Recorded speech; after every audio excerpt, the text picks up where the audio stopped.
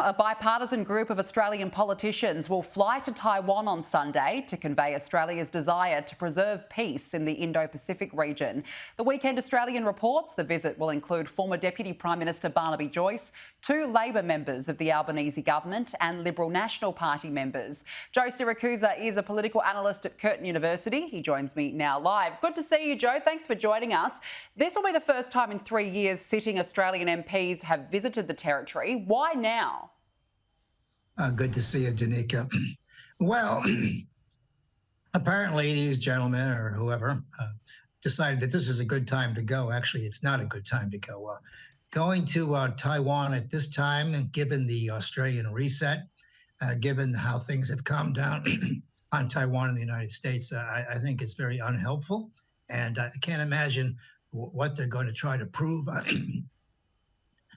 on this trip, as a matter of fact. So I don't see it as very helpful. It isn't going to do much. And frankly, if 5 or 6 Australian parliamentarians showed up to visit, Puerto Rico and had lunch with the head of the Puerto Rican independence movement, I don't think they'd be welcome in the United States. I mean, it's pointless. I mean, I don't see why they're doing this, and it doesn't help Penny Wong or the government of the day to try to put these things on an even keel. And there's more at stake here than just Taiwan. I mean, if they want to talk about something about Chinese Sino-American relations or Chinese-American relations, let's talk about the South China Sea, which has been identified by the Defense Department as the #1 trouble spot in the world.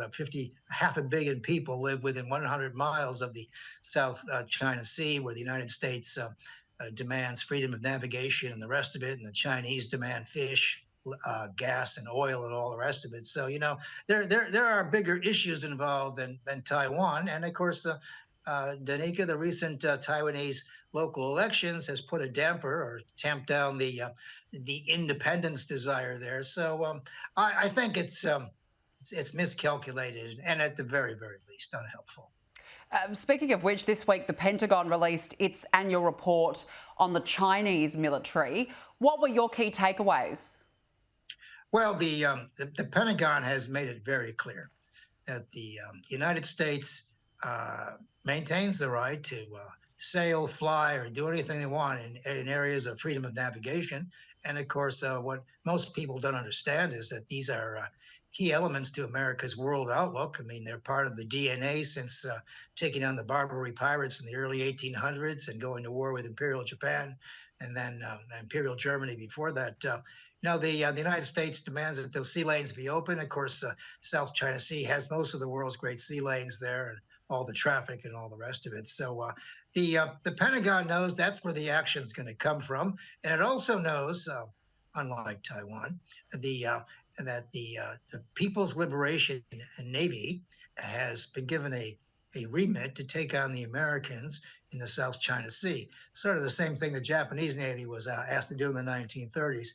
They couldn't do it, and what they got themselves was war instead, as a matter of fact. So that's where all the action is in the years ahead. It's in the South China Sea, and who gets to use those sea lanes or who gets to fly over those sea lanes. And that is where we're going to have to do our problem solving. But Taiwan is an issue off to the sideline. Taiwan is one China. Taiwan's part of China. We've all agreed on that, and that this has an amicable resolution. As long as the Taiwanese do not declare an independent foreign policy or independence, they could do anything they want. They could have their own army, navy, medals, marching band, and national sports. The only thing the Chinese will not allow them is an independent foreign policy. And by entertaining Barnaby Joyce and Nancy Pelosi before that, it of course, it muddies the waters there, and it makes the Chinese very difficult to deal with. And, if relations are settling down, nobody really has a right to stir this thing up. I mean, what is the purpose? I just have trouble understanding why politicians want to go to a spot where they're really not welcome in terms of their own governments, as a matter of fact. So Barnaby, of course, does his own thing. I don't know who the other people are in the committee, but I'm sure they do their own thing. And, they can go anywhere they want. It's Christmas time, etc. But going to Taiwan is a bad idea. Well, it's going to be interesting to see the reaction from China in particular. Just finally, the Kremlin has overnight responded to Joe Biden's offer of a meeting with President Putin, but only if the West recognises Russia's claims over 4 annexed Ukrainian territories. Let's talk about this. I mean, firstly, the offer by Joe Biden of a meeting. How significant was that? Oh, that's very, very important. Look, President Macron from France, he's leading Europe's China policy, and in fact, I think now he's the major leader in Europe.